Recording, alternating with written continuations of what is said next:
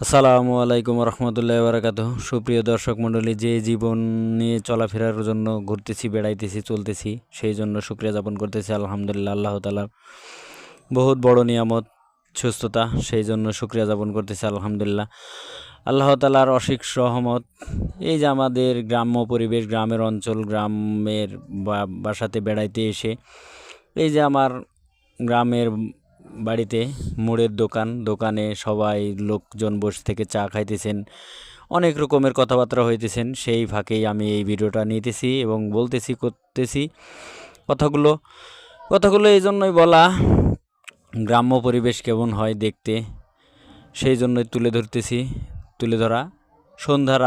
সন্ধ্যাবেলা, সন্ধ্যার সময় এদের রাস্তা দিয়ে অনেক গাড়ি ঘোড়া যাইতেছে, অনেক লোকজনের সবাই গোনায় একসাথে 2-3টা দোকান এক জায়গাতেই আছে।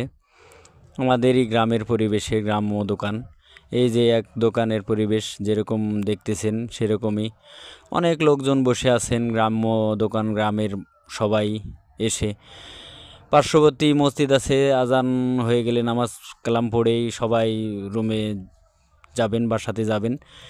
সেই উদ্দেশ্যে অনেকেই পরিবেশেই অনেক কথাবার্তা চলতেছে এবং জীবনযাপনের জন্য, দোকানের জন্য সবার সাথে সাক্ষাৎ হয়, কথা হয়, দেখা সাক্ষাৎ হয়।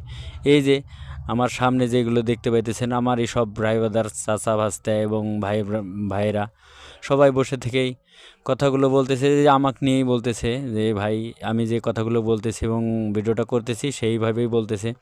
এই যে দেখেন, এই সেই রকম করে ভিডিও করে, এই করে ওই করে, মেলা কথা বলতে থাকেন।